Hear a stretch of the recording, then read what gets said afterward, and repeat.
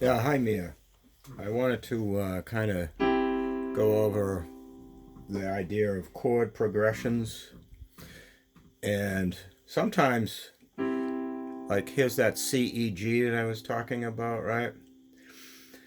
Now, sometimes it's what kind of a bass do I throw that against? What if I'd used B? That turned it into a C major 7 in the final inversion.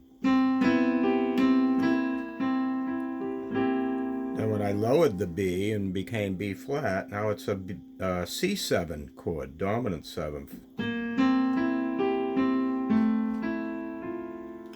If I went like this and changed that G down to the F, right, it looks like a F major 7, right, in the first inversion, right? See?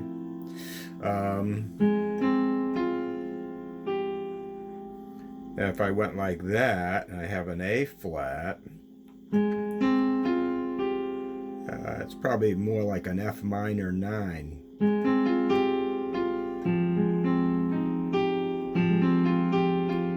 Right?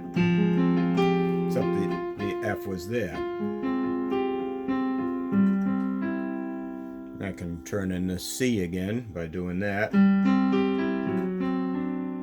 there's a D7.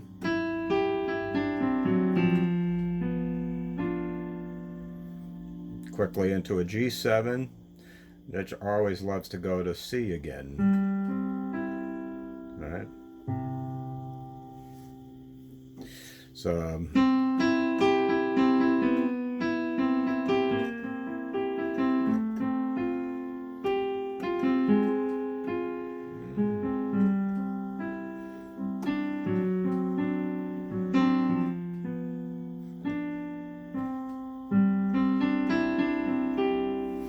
now the other thing I was kind of talking about too was when you take and you get rid of the E, the major third. If we mask that and we don't know what kind of a third we have, which is exactly what happens when I substitute it with F, which became a C sus4 chord, right? Well, now we don't even know what the root is. We don't know if it's C, F, or G. Any one of those could have possibly been a root. If it was the C, then it's obviously a C sus4. And I'm sorry, I'm playing a C bass over here.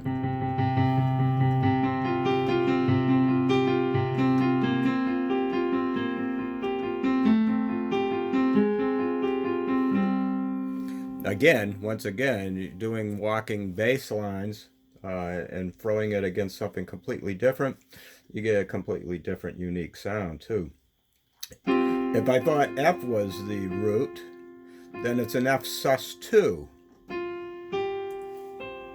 right? Instead of F A C, now I got F G C, except the C's on the bottom.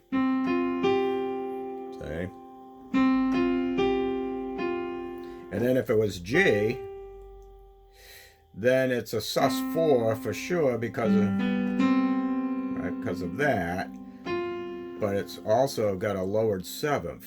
So that could have been this, G7 sus4. If I did that and changed the C out for B, then it's obviously a G7.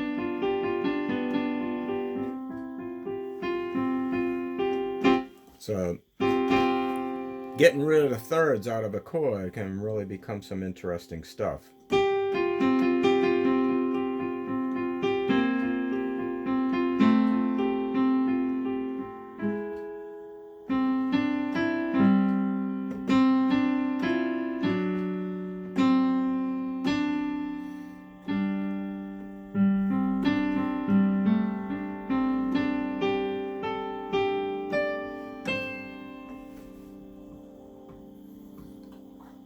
Chord progressions are, it's almost always really what you're doing is looking for that missing chord. Then search for the missing chord, the lost chord. And I think you'll be on a lifelong journey, because I know I have. And when they come along and you just know, oh, that's a beautiful chord and I got to work with it. I was doing a thing recently where I was playing with, going with the Lydian concept. So I had basically kind of like a C, but I'm throwing the F sharp in there. It looks like a D chord over a C chord, right? You can see how I'm kind of avoiding the E.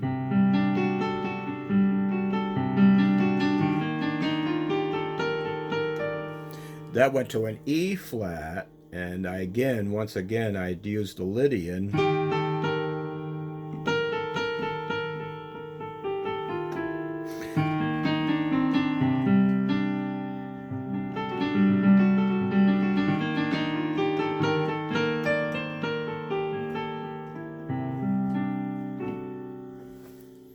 So that was a beautiful little thing I was fooling around with. I'm going to try and create a song on that. It'll be Where Balloons Go.